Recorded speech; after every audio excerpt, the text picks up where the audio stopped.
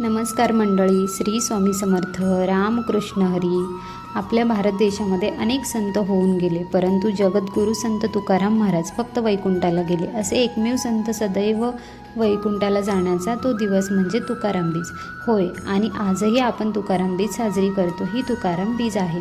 5 तारखेला गुरुवारी संत तुकाराम महाराज वैकुंठाला जाण्याचे रहस्य आणि अनेक त्यांचे काही पुरावे आपण आजच्या व्हिडिओमधून पाहणार आहोत. ज्यांना अखंड विश्वाची माऊली म्हटलं जातं, त्या संत ज्ञानेश्वर माऊलींनी जीवन जगावं कसं यासाठी वारकरी संप्रदाय तयार केलं. आणि या वारकरी संप्रदायाचे हे जे मंदिर आहे आपण मंदिर म्हणू. आणि हे मंदिर पूर्ण करण्यासाठी वारकरी संप्रदायाचं अनेक संतांनी कार्य केलं, जसं की संत नामदेव. आणि या वारकरी संप्रदायाचा मंदिराचा जो कळस आहे, हा कळस होण्याचा बहुमान संत तुकाराम महाराजांना दिला जातो. एवढं मोठं कार्य. संत तुकाराम महाराज यांचा जन्म देहू गावामध्ये झाला. वडिलांचं नाव बलोब्बा आणि आईचं नाव कनकाई, मूळ नाव आंबिले आणि नंतरचे मोरे. संत तुकाराम महाराज यांचा जन्म हा तसा 16व्या शतकातील, काही जण 17व्या शतकातील म्हणतात, परंतु संत तुकाराम महाराजांचा जन्म हा छत्रपती शिवरायाच्या स्वराज्यातला जन्म. संत तुकाराम महाराजांचा जन्म वसंत पंचमीच्या दिवशी माघ शुद्ध पंचमीला झाला. संत तुकाराम महाराजांचे वडील बलोब्बा पंढरीच्या पांडुरंगाचे भक्त म्हणजे वारकरी होते. त्यांच्या पाठीमागच्या 4 ते 5 पिढ्या वारकरी होत्या. आणि विशेष म्हणजे संत तुकाराम महाराजांचा जन्म म्हणजे पंढरीच्या पांडुरंगाने दिलेला प्रसाद होय. पंढरीच्या पांडुरंगाने स्वतः सांगितलं होतं बलोब्बाच्या पत्नीला म्हणजेच कनकाई मातेला की तुमचा मुलगा अफाट भक्ती करणारा असेल, प्रत्येक क्षण तो भगवंताची भक्ती करेल. आणि त्या देवाने सांगितल्याप्रमाणे संत तुकाराम महाराज यांचा जन्म झाला. कनकाई मातेच्या पोटी बाळ हळूहळू मोठं होऊ लागलं आणि ज्यावेळी संत तुकाराम महाराजांना बोलायला येऊ लागलं तेव्हापासून भगवंताची भक्ती चालू झाली, देवाचं नामस्मरण चालू झालं. संत तुकाराम महाराजांचे वडील सावकार होते. सावकार नुसते सावकारच नाही, महाजनकी त्यांच्याकडे होती. त्या परिसरातील महाजनकी म्हणजे सावकाराला कर्ज देणारे. सावकारी एवढी अफाट संपत्ती, अफाट जमीन, धन दौलत भरपूर होती. संत तुकाराम महाराज आपल्या संसारामध्ये थोडंसं लक्ष घालू लागले होते आणि भगवंताचे नामस्मरण देखील चालू होते. याच दरम्यान संत तुकाराम महाराजांच्या वडिलांचे निधन झाले. संसाराची जिम्मेदारी सगळी संत तुकाराम महाराजांच्यावरती पडली. महाराज आपल्या संसारामध्ये लक्ष घालत होते. संसाराचा गाडा हा उत्तम प्रकारे चालवत होता, परंतु त्याच वेळेस देहूच्या परिसरामध्ये फार मोठा दुष्काळ पडला. इतका दुष्काळ मोठा होता की विहिरींना पाणीसुद्धा राहिलं नाही. विहिरी आटल्यावर त्या जनावरांना खायला काही नाही. जनावर लोकांनी सोडून दिली होती. डोंगराने झाडपाड खाण्यात सुद्धा राहिली नाही. झाडं वाळून गेली होती. भुकेने तहानेने जनावर मरू लागले.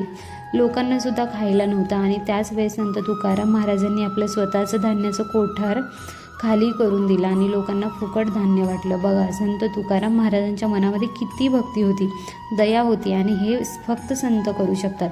आणि एवढा हा दुष्काळ पडला होता, फार मोठा दुष्काळ होता. आणि त्यावेळी संत तुकाराम महाराजांकडे गावातल्या लोकांच्या जमिनी घाण होत्या. वडील सावकार असल्यामुळे प्रत्येक शेतकऱ्याची जमिनी त्यांच्याकडे घाणकते होते. अहो, एवढी जमिनीची घाणकती होती की जवळजवळ बैलगाडी भरतील एवढी जमिनीची खानगत होती की जवळजवळ बैलगाडी भरतील एवढी जमिनीची खानखत होती. संत तुकाराम महाराजांनी जमिनीची सगळी खानखतही लोकांना वाटून टाकली. ज्याची त्याला पेपर देऊन टाकली, धनदौलत सगळी वाटून टाकली. आणि त्यांच्या मनामध्ये एक विचार आला, शंका निर्माण झाली की देव आहे का नाही. कारण देव जर असेल तर हाहाकार पडतो, देवाला दिसत नाही का. जनावर मरायला लागलेत, पाण्या वाचून तडपडून लोक अन्न करू लागलेत.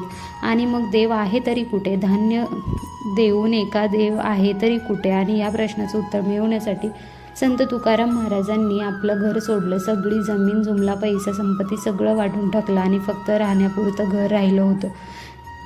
हे घरही सोडलं आणि जवळच असणारा भंडारा डोंगरावरती संत तुकाराम महाराज निघून गेले. झाडाखाली बसले आणि भगवंताचे नामस्मरण त्या ठिकाणी चालू झालं.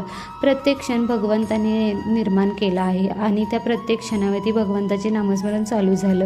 जय जय रामकृष्ण हरी, जय जय रामकृष्ण हरी, जय जय रामकृष्ण हरी असं नामस्मरण देवाचं चालू झालं. पंढरीच्या पांडुरंगाचे नामस्मरण चालू होतं. अन्न आणि पाणी काही घेतलं नाही. बघा, इकडे पत्नी पत्नी घरी वाट पाहते, भाऊ वाट पाहतो, परंतु या संसाराचा विचार न करता भगवंताचे नामस्मरण आणि या प्रश्नाचे उत्तर मिळवायचं. देव आहे तरी कुठे? बघा, त्या ठिकाणी प्रत्येक दिवस निघून गेले. भगवंताचे नामस्मरण चालू झालं. एवढी अपाट भक्ती की प्रत्यक्ष देवालाही काळजी वाटली आपल्या भक्ताची. आणि अखंड विश्वाचा मालक देवाधिदेव विष्णुदेव स्वतः बालरूपामध्ये भंडारा डोंगरावरती आले आणि संत तुकाराम महाराजांना त्या ठिकाणी दर्शन दिलं. आणि देव आहे का नाही या प्रश्नाचं उत्तर त्या ठिकाणी संत तुकाराम महाराजांना मिळालं. पुढे नंतर अखंड या विश्वाच्या कल्याणासाठी संत तुकाराम महाराजांनी अभंगाची गाथा लिहिण्यास सुरू केली. दररोज भंडारा डोंगरावरती जायचे आणि अभंग लिहायचे. तर बघा, प्रत्यक्षात एकदा भगवान विष्णुदेव आणि संत नामदेव संत तुकाराम महाराजांना भेटण्यासाठी देहूमध्ये आले होते. आणि ही माहिती मी थोडक्यात सांगते. प्रत्यक्षात भगवंतांनी सांगितले की तुकोबात प्रत्येक क्षण महत्त्वाचा आहे, तुमच्या आयुष्यातला प्रत्येक क्षण. आणि त्यामुळे संत नामदेवाचे स्वप्न तुम्हाला साकारायचे आहे. शतकोटी अभंग हे स्वतः भगवंतांनी संत तुकाराम महाराजांना सांगितलं आणि संत तुकाराम महाराजांनी शतकोटी अभंग लिहून काढले होते. अभंगाची गाथा म्हणजे हा अमृताचा ठेवा आपल्यासाठी ठेवला. बघा, परंतु या अभंग लिहिताना, ही गाथा लिहिताना त्यावेळी जाती व्यवस्था होती. उच्चवर्णीय लोकांनी संत तुकाराम महाराजांना भरपूर त्रास दिला. हो, अनेक अडचणी आल्या. हो, गाथा लिहिताना गाथा लिहून पूर्ण झाली त्यावेळी आणि उच्चवर्णीय लोकांनी संत तुकाराम महाराजांची गाथा इंद्रायणीच्या डोहामध्ये टाकून दिली. महाराज त्या ठिकाणी अन्नपाणी न ग्रहण करता दगडावरती बसले होते. बघा, तो दगडसुद्धा आता पुराव्याला आहे मंदिरात. आणि लक्षात ठेवा, देव आहे का नाही या प्रश्नाचे उत्तर परत एका प्रत्यक्षात भगवंताला समजले की तुकोबांनी गाथा पाण्यात टाकली आहे. आणि त्यावेळी देवाधिदेव विष्णुदेवांची पत्नी म्हणजे स्वतः लक्ष्मी मातेने या गाथेचं रक्षण पाण्यामध्ये केलं. जशीच्या तशी गाथा संत तुकोबांची गाथा म्हणजेच अमृताचा ठेवा संत तुकाराम महाराजांच्या हाती आणून दिला. आणि ही सत्य घटना आहे. संत तुकाराम महाराजांनी अभंगाची गाथा लिहिली. बघा, 4,500 अभंगाची गाथा आजही उपलब्ध आहे. आणि संत तुकाराम महाराजांच्या अभंगातून या मृत्यू लोकामध्ये जीवन जगावं कसं, देवाची भक्ती कशी करावी आणि देवापर्यंत पोहोचायचं कसं, साध्या सोप्या भाषेत लिहून ठेवलेली ही गाथा म्हणजेच हे आपल्यासाठी अमृत आहे. एवढंच मोठं कार्य जगद्गुरू संत तुकाराम महाराजांनी केलं. बघा, एवढंच नाही तर सुंदर असं हे स्वराज्य निर्माण केलं. हे सुंदर स्वराज्य निर्माण करायला छत्रपती शिवाजी महाराजांनी आणि छत्रपती शिवाजी महाराजांचे आध्यात्मिक गुरु संत तुकाराम महाराज होते. अनेक पुरावे आपल्याला आजही सापडतात. छत्रपती शिवाजी महाराज संत तुकाराम महाराजांच्या कीर्तनाला पुढे येऊन बसत होते, मांडी घालून जमिनीवरती. संत तुकाराम महाराजांच्या मामाचं गाव, या मामाच्या गावामध्ये छत्रपती शिवाजी महाराज कीर्तनाला आलते. बघा, संत तुकाराम महाराजांचं एवढं कार्य मोठं आहे. हे स्वराज्य निर्माण करण्यासाठी तो काळ एवढा भयानक होता की हे कार्य निर्माण करण्यासाठी, हे स्वराज्य निर्माण करण्यासाठी छत्रपती शिवाजी महाराजांना तरुण पोरांची गरज होती. म्हणजेच यवन विरुद्ध लढण्यासाठी मावळे पाहिजे होते, सैन्य पाहिजे नव्हते. संत तुकाराम महाराजांनी आपल्या कीर्तनातून ज्या ज्या गावामध्ये जाईल त्या गावामध्ये संत तुकाराम महाराज स्वराज्याबद्दल सांगत होते. तरुण पोरांना त्या ठिकाणी माहिती देत होते की छत्रपती शिवाजी महाराजांच्या सैन्यात भरती व्हा. बघा, हजारो तरुणांना संत तुकाराम महाराजांनी प्रेरित केले. स्वराज्यामध्ये लढण्याची विचार करा. स्वराज्य निर्माण करण्यामध्ये तेवढं मोठं कार्य संत तुकाराम महाराजांचं होतं. संत तुकाराम महाराजांचे हे सगळं कार्य पूर्ण झालं म्हणजे गाथा लिहून झाली. देव आहे की नाही या प्रश्नाचं उत्तर देखील मिळालं. सगळं कार्य पूर्ण झालं. आणि एके दिवशी संत तुकाराम महाराजांनी प्रत्यक्ष भगवंताला प्रार्थना केली की देवा, या पृथ्वीवर माझं कार्य संपलं रे बाबा. आता तू सांगितल्याप्रमाणे ही गाथा लिहून काढली आणि तुझं दर्शन मला आलं. देवा, आता मला पृथ्वी तलावरती राहायचं नाही. देवा, मला तुझ्या घरी यायचं, तुझ्या वैकुंठाला मला यायचं. अशी कळकळीची प्रार्थना संत तुकाराम महाराज करू लागले. बघा, ही प्रार्थना कुठे करू लागले? देहूमधील जे नांदुरकीचे झाड आहे, आता आपण तुकाराम बीजेला जातो ना, त्या झाडाखाली संत तुकाराम महाराज डोळे झाकून बसलेले होते आणि भगवंताचे नामस्मरण चालू होतं. अखंड नामस्मरण, अन्न नाही, पाणी नाही, काही नाही. बघा, आणि स्वतः अखंड विश्वाच्या मालकानं ही प्रार्थना त्या ठिकाणी ऐकली. हे आपले भक्त तुकोबा वाट पाहत आहेत. अखंड विश्वाचा मालक गरुडाचे विमान घेऊन देहू या गावी आले. ही घटना रहस्यमय, फार ऐकण्यासारखी खरी कथा आहे. स्वतः भगवंत गरुडाचे विमान घेऊन त्या ठिकाणी देहूमध्ये आले आणि ज्या ठिकाणी संत तुकाराम महाराज नांदुरकीच्या झाडाखाली बसले त्या ठिकाणी आले आणि स्वतः प्रत्यक्षात भगवान विष्णुदेव संत तुकाराम महाराजांना सदैव वैकुंठाला घेऊन गेले. आणि बघा, तोच दिवस म्हणजे तुकाराम बीज आपण आज साजरी करतो. आणि तीच वेळ होती 12:02 म्हणजेच होळीचा दुसरा दिवस, धुलीवंदन. तो दिवस म्हणजे फाल्गुन वैद्य द्वितीया. बघा, तुकाराम बीजेच्या दिवशी महाराष्ट्राच्या कानाकोपऱ्यातून, देशातून लाखो वारकरी हा क्षण पाहण्यासाठी येतात. 12:02 आजही जगद्गुरू संत तुकाराम महाराज वैकुंठाला चाललेत आणि म्हणून प्रत्यक्ष भगवंत त्या ठिकाणी या नांदुरकीच्या झाडाला हलवतात. आणि आजही बघा, तुकाराम बीजेच्या दिवशी 12:02 हे झाड हलतं म्हणजे तुकाराम महाराज वैकुंठाला गेले हा पुरावा त्या ठिकाणी आपल्याला दिसतो आजसुद्धा. परंतु अशी काही समाजामध्ये लोक आहेत की म्हणतात कुठे झाड हलतं, कुठे झाड आहे वाऱ्याने हलत असेल, तुकाराम महाराजांचा खून झाला असे लोक म्हणणारे आहेत समाजामध्ये. परंतु अशा लोकांना माझं सांगणं आहे की ज्याचा आई बापावरती विश्वास नव्हतो त्यांचा देवावरती विश्वास नसतो. आणि अशी लोक टेहाळणी करणारे असतात, हिंदू धर्मावरती विश्वास न ठेवणारे असे लोक असतात. परंतु आपला हिंदू धर्म खूप श्रेष्ठ आहे. आता संत तुकाराम महाराज वैकुंठाला गेल्याचा एक पुरावा महत्त्वाचा व्हिडिओ व्हिडिओच्या माध्यमातून मी सांगते.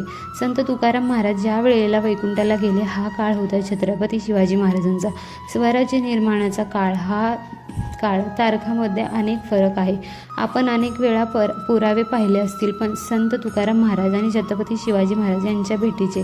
संत तुकाराम महाराजांना जर कोणी मारलं असतं तर त्यावेळी छत्रपती शिवाजी महाराज होते, छत्रपती संभाजी महाराज होते. आणि त्यावेळेचा काळ होता ज्यांना कोणी मारलं असेल त्याला मातीत उकरून नष्ट केलं असतं. संत तुकाराम महाराज सदैव वैकुंठाला गेले तर त्यात अजिबात शंका नाही. संत तुकाराम महाराज वैकुंठाला गेल्याचा दुसरा पुरावा आहे. संत तुकाराम महाराज वैकुंठाला गेल्यानंतर 3 वेळा परत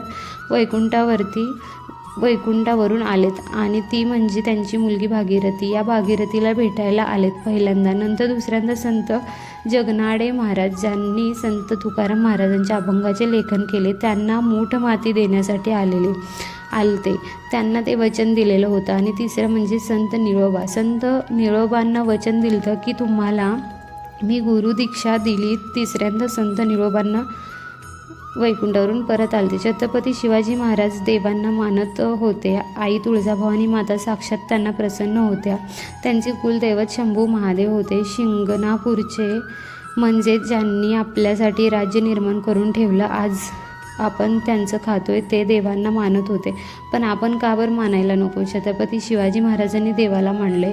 देव आहे की नाही त्यांनी मानले. म्हणून बघा, देव कालही आहे आणि आजही आहे. फक्त भक्ती करा, मनापासून निश्चय पाहिजे, श्रद्धा पाहिजे. संत तुकाराम महाराजांची जी बीज परवा गुरुवारी 5 मार्च 2026 रोजी आहे, त्या बीजेला आपण नक्की जा आणि हा क्षण नक्की पहा. आजही बघा, ते झाड आपल्याला हल्लेत दिसतं नांदुरकीचं, परंतु कोणाला दिसत ज्याची श्रद्धा अपाट आहे त्याला. माहिती आवडली असेल तर चॅनलला नक्की लाईक करा, शेअर करा. कमेंटमध्ये रामकृष्ण हरी अशी कमेंट करायला विसरू नका. आणि व्हिडिओ शेवटपर्यंत पाहिल्याबद्दल मी तुमचे मनापासून खूप खूप आभारी आहे. धन्यवाद. श्री स्वामी समर्थ. रामकृष्ण हरी.